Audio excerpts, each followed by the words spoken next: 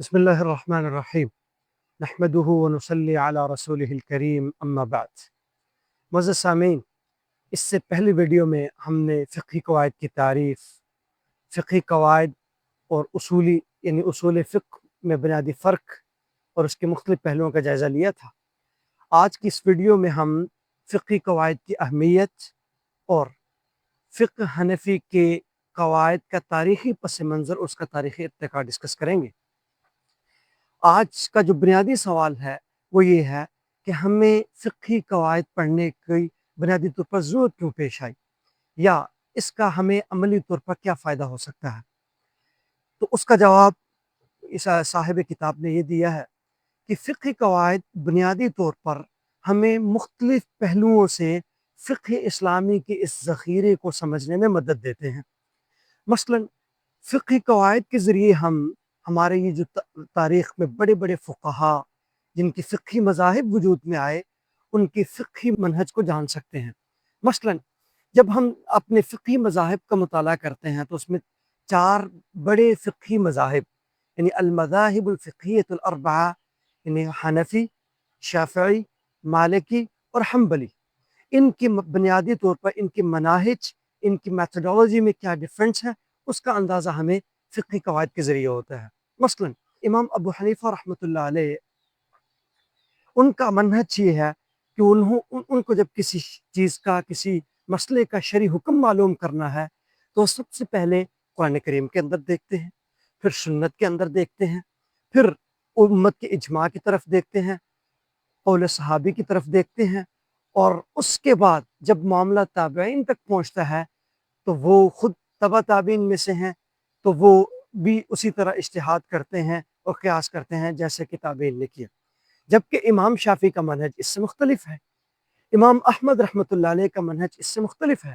وہ قول صحابی اگر ایک سے زائد ہوں تو کبھی ایک پر فتویٰ دیتے ہیں، کبھی دوسرے پر۔ یہ امام احمد کا منہج ہے۔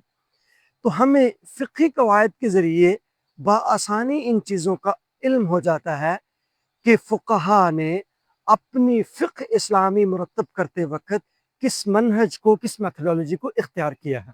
یہ فقہی قواعد کا سب سے بڑا بینیفٹ ہے، یہ اس کا پہلا فائدہ ہے۔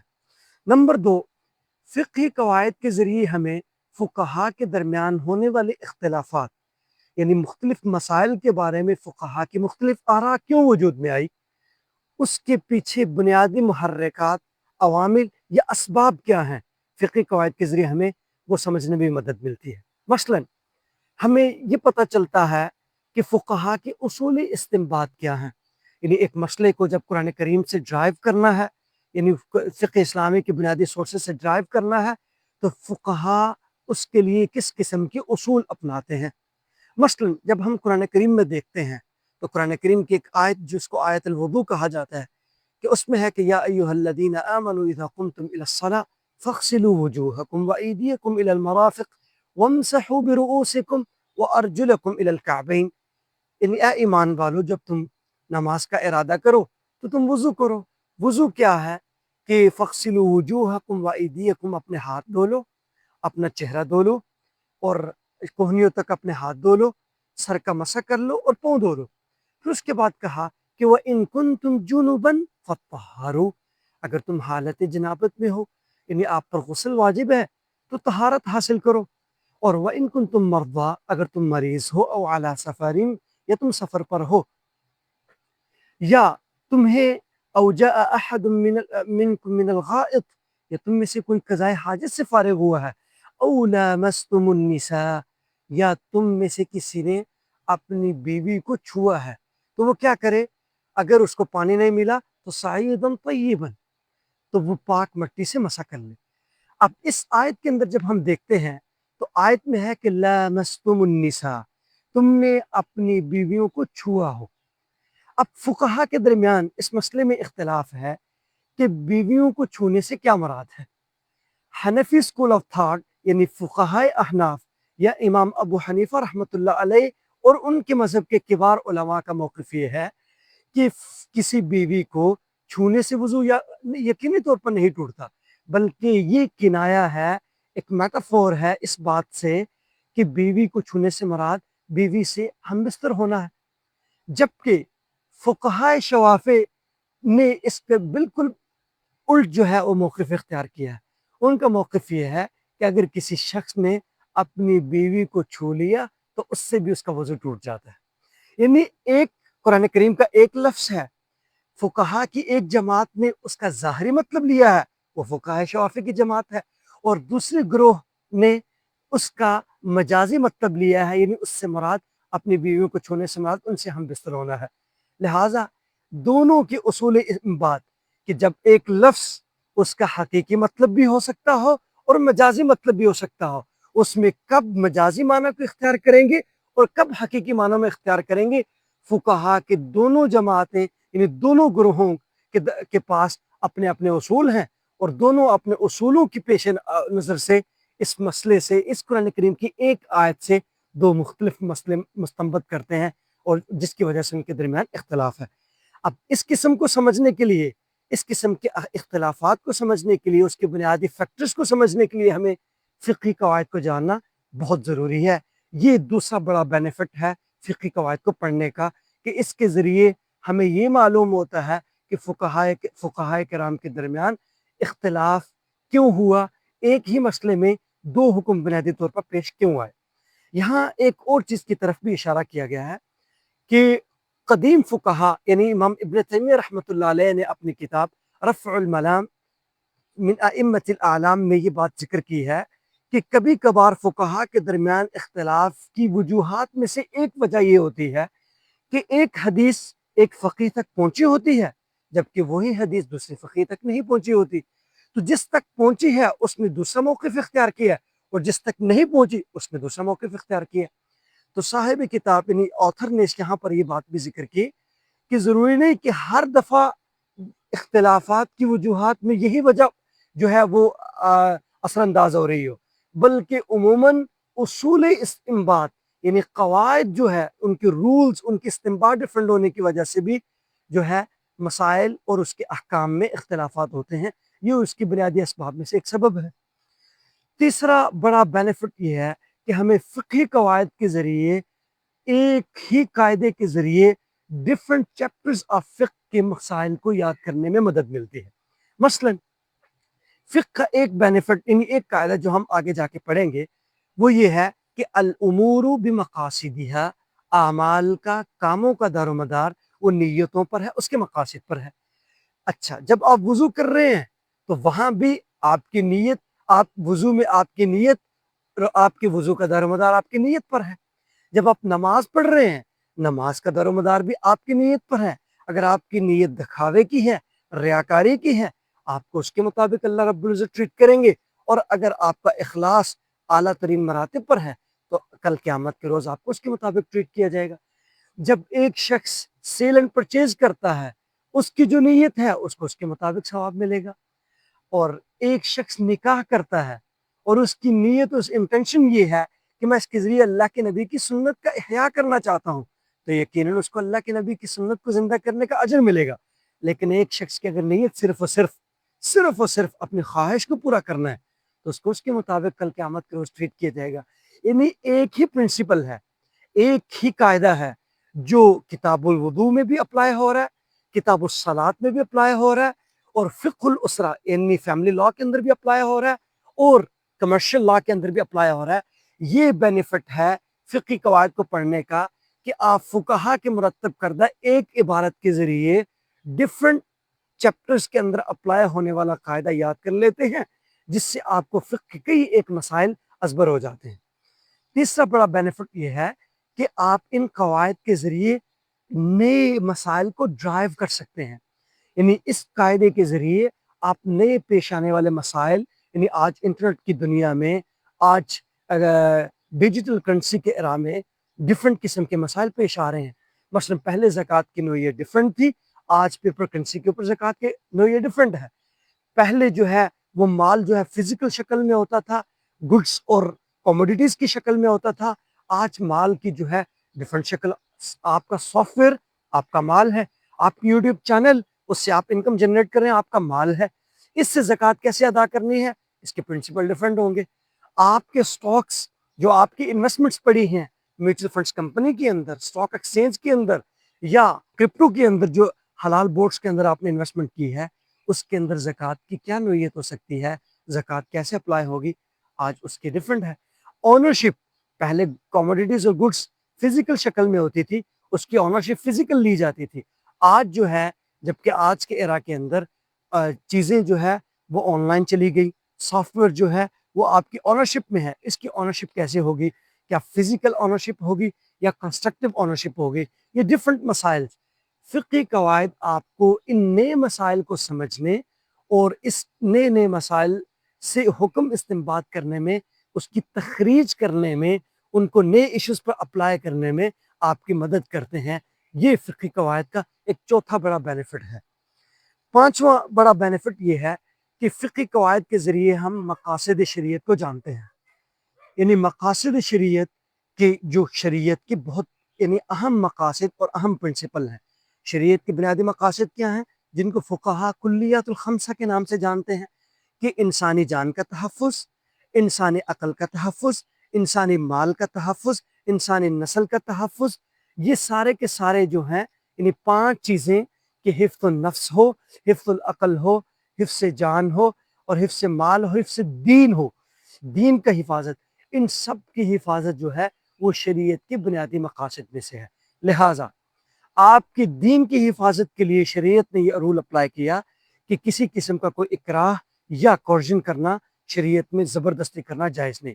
لہٰذا ہر بندے کو اپنے مذہب کے اندر فریڈم ہوگا، وہ اس کو کسی قسم کی زبردستی کا سامنا نہیں کرنا چاہیے۔ یہ شریعت کے بنیادی آبجیکٹیوز میں سے ایک آبجیکٹیو ہے۔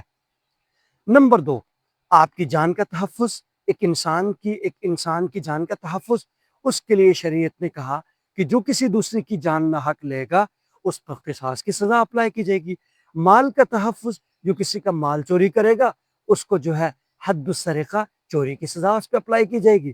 نسب کی حفاظت، جو کسی عورت کے ساتھ زنا کرے گا، لوگوں کے نسب خراب کرے گا، نسل خراب کرے گا، اس پر حد زنا اپلائی کی جائے گی۔ اسی طرح یہ پانچوں کی پانچوں چیزیں یہ جو ہے یہ شریعت کے بنیادی مقاصد میں سے ہے۔ ان بنیادی مقاصد کا تحفظ کرنا یہ فقہی قواعد کی بنیادی اہم آبجیکٹس میں سے بھی ایک ہے۔ مثلاً بلڈ ڈونیشن، بنیادی طور پر میری جان، میرا بلڈ، یہ تو میرے پاس اللہ تعالیٰ کی امانت ہے، اور کسی صحیح حدیث میں بلڈ ڈونیشن کے حوالے سے اس کی جواز نہ قرآن سے ڈائریکٹلی ملتا ہے نہ سنت سے ڈائریکٹلی ملتا ہے۔ لیکن جب ہم قرآن کریم کا آبجیکٹیولی مطالعہ کرتے ہیں تو ہمارے سامنے یہ بات آتی ہے کہ قرآن تو ہمیں یہ کہہ رہا ہے کہ وَمَنْ أَحْيَاهَا، جس نے ایک انسان کی جان بچائی، فَكَأَنَّمَا أَحْيَا النَّاسَ جَمِيعًا، گویا اس نے پوری انسانیت کی جان بچائی۔ تو ایسی صورت میں شریعت کے بنیادی آبجیکٹیوز میں سے ایک آبجیکٹیو یہ ہے کہ انسانی جان کا تحفظ کیا جائے۔ ایسی صورت میں بعض فقہا نے فقہی قواعد اور مقاصد شریعت کو دیکھتے ہوئے یہ فتویٰ دیا ہے کہ بلڈ ڈونیشن انسانی ضرورت کے پیش نظر اور انسانی جان کے تحفظ کے پیش نظر، جو کہ شریعت کے بنیادی آبجیکٹیوز میں سے ایک ہے، بلڈ ڈونیشن جائز ہے۔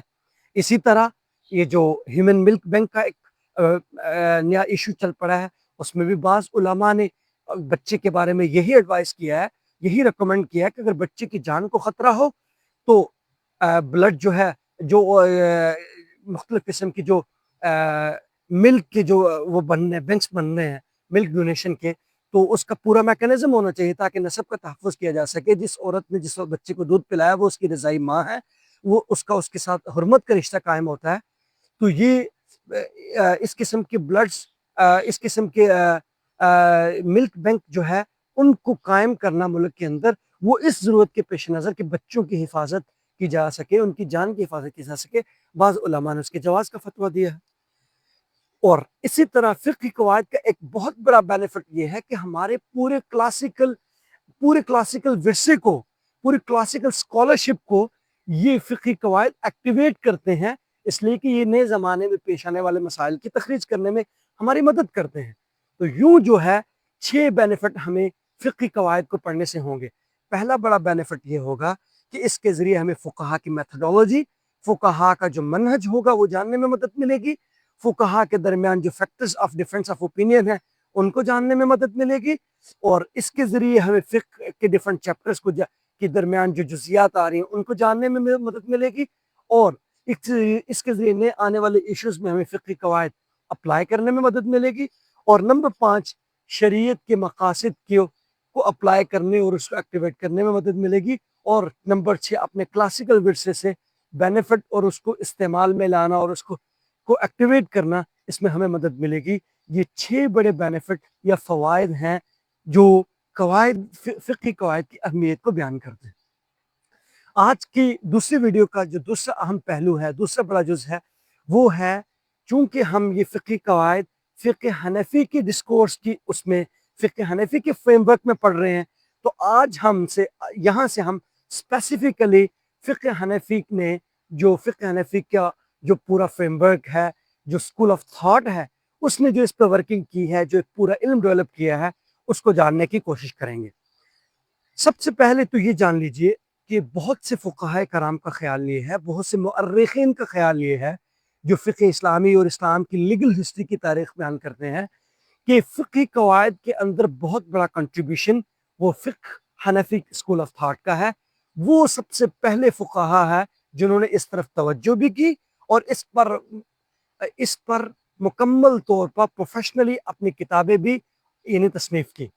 لہٰذا ابھی ہم جب فقہاء جنہوں نے مورخین نے جو تاریخ اسلام فقہ اسلامی کی تاریخ کو بیان کیا ہے، اس کی ارتقاء اور اس کی لیگل ہسٹری کو بیان کیا ہے، اس کے ڈفرنٹ پہلوؤں سے ہم جائزہ لیں گے. انہوں نے فقہاء کے جو طبقات ہیں، جو لیولز ہیں، ان کو ڈفرنٹ کیٹیگریز میں ڈیوائڈ کیا ہے.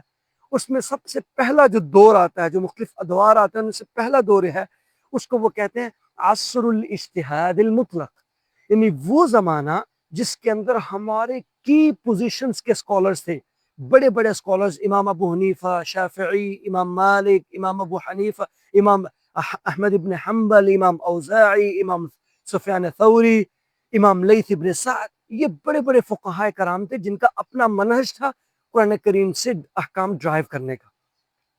اس زمانے کو وہ کہتے ہیں عصر الاجتہاد المطلق.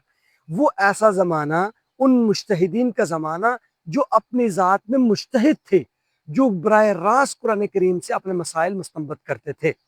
لہٰذا اس زمانے کے اندر فقہ حنفی کے کون کون سے اسکالرز نے کیا کیا کام کیا.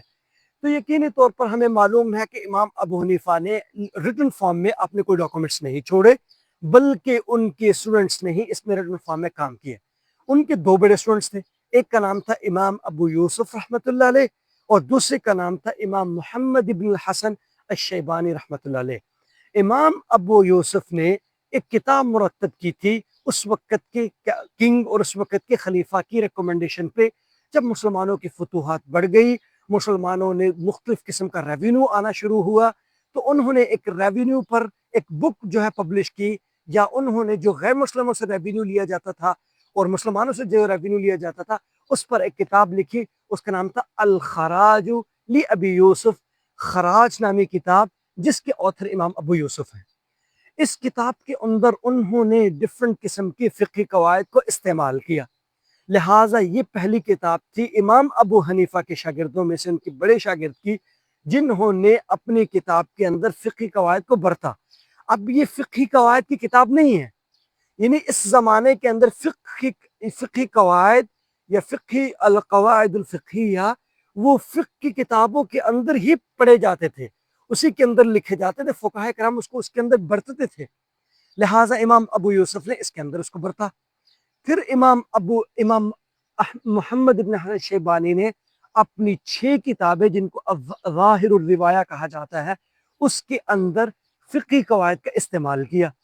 یہ ظاہر الروایہ کون سی کتابیں ہیں؟ المبسوط، السیر الصغیر، السیر الکبیر، الجامع الصغیر، الجامع الکبیر اور الزیادات. یہ 6 کتابیں امام ابو حنیفہ اور امام ابو یوسف سے انہوں نے جو کچھ سیکھا تھا اس کو ریٹن فارم میں اس کی ڈاکومنٹیشن کر دی. اس کتاب کے اندر انہوں نے فقہی قواعد کو برتا. اب یہ کتابیں بیسیکلی فقہی قواعد کی کتابیں نہیں ہیں، لیکن اس فقہی قواعد ہمیں ان کے اندر ملتے ہیں. اس زمانے کو کہتے ہیں، اس دور کو کہتے ہیں عصر الاجتہاد المطلق، یعنی مجتہدین کا زمانہ. دوسرا زمانہ جس کے اندر فقہی کتابیں ڈیولپ ہوئی، وہ زمانہ ہے عصر الاجتہاد المقید، جس میں ایک ریسٹرکٹڈ قسم کا اجتہاد ہوا ہے، لیکن ایک اس سے کم پیمانے پر، چھوٹے سکیل پر۔ تو اس زمانے کے اندر بعد کے جو علماء دوسری اور تیسری صدی میں یا تیسری اور چوتھی صدی کے درمیان جو اسکالرز آئے، انہوں نے کام کیا۔ اس میں ایک بہت بڑے فقہ حنفی کے اسکالر تھے، ان کا نام تھا الامام الدباس۔ یہ دباس جو تھے، انہوں نے فقہ حنفی کے پورے جو سورسز تھے، یعنی ظاہر الروایہ، الخراج اور امام ابو حنیفہ سے جو عمالی منسوب تھی، ان سب کا جائزہ لیا اور اس پوری فقہ حنفی کو سمرائز کیا صرف اور صرف 17 پرنسپلز کے اندر۔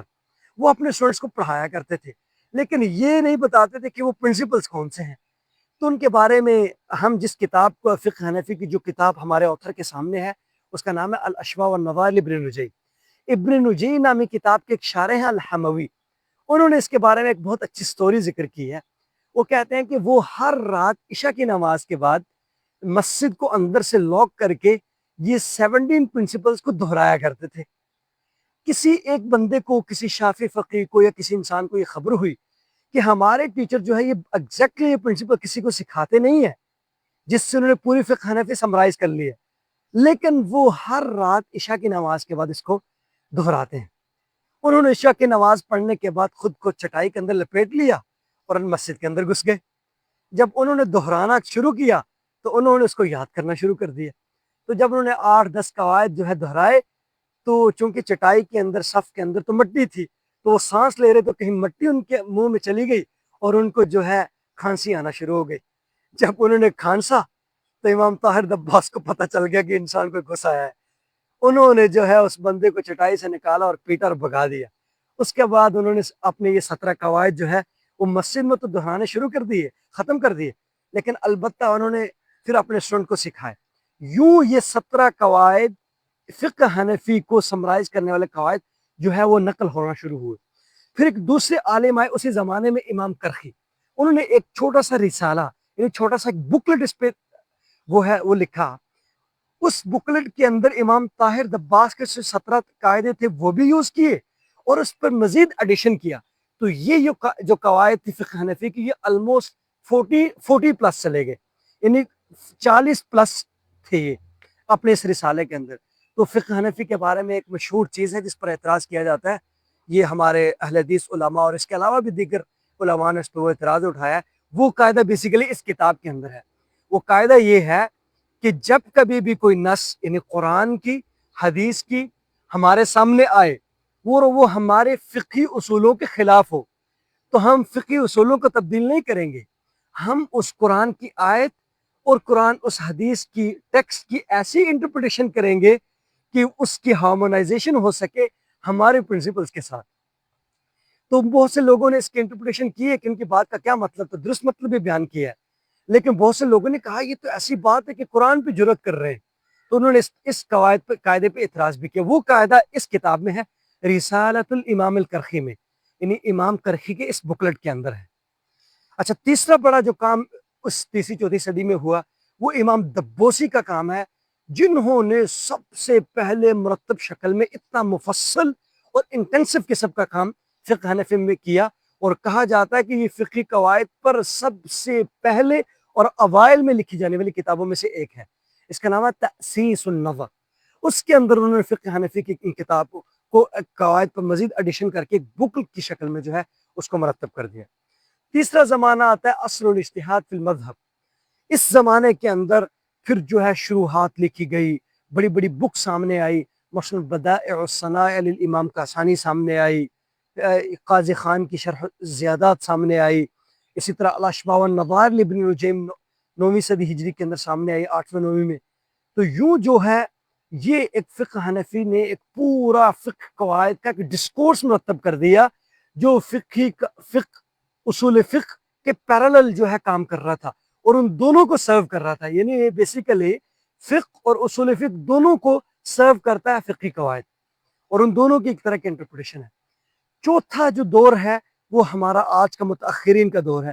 اس کے اندر بھی مختلف نوعیت کے 20ویں صدی میں کام ہوئے۔ ایک سب سے اہم اور یونیک قسم کا جو کام تھا جو جس کو آپ کہہ سکتے کوڈیفیکیشن شکل میں یا کوڈیفائی کر کے جو مرتب کیا گیا، وہ خلافت عثمانیہ کے زمانے میں مجلۃ الاحکام العدلیہ کا کام ہے، جنہوں نے 90 پلس پرنسپلز کو مرتب کیا اور اس 90 پلس پرنسپل کو کوڈیفائی کیا، ایک ایک شک کی شکل میں مرتب کیا۔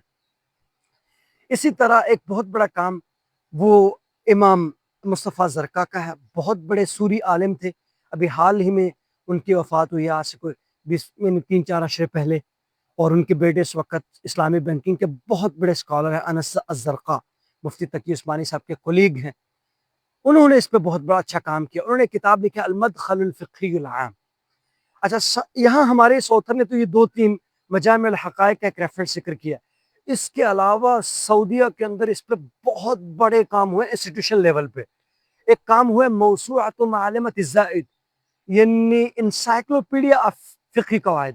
انہوں نے پوری اسلامک ہسٹری میں، فقہ اسلامی میں جتنے بھی ہمارے اسکول آف تھاٹ انہوں نے جو جو کام کیا ہے فقہی قواعد پر، سب کو کمپائل کر دیا ہے، اور 40 پلس اس انسائکلوپیڈیا کے والیومز ہیں، یعنی تقریباً 42-45 ہیں۔ تو یہ اس 21ویں صدی کا سب سے بڑا کام ہے جو OIC کے تحت اس انسٹیٹیوٹ نے کیا ہے، اور سب سے بڑا کام اس نوعیت کا ہے کہ انہوں نے پورے ہمارے کلاسیکل ہسٹری میں جو کچھ تھا اس کو سمرائز کر کے آپ سے ان کے سامنے رکھ دیا ہے۔ موسوعۃ معلمۃ الزائد عربک لینگویج میں ہے، بہت انٹینسو کمپریہنسو قسم کا وہ ایک انسائکلوپیڈیا ہے، جس کے بعد فقہی قواعد میں تو لکھنے کی گنجائش ہی ختم ہوگی۔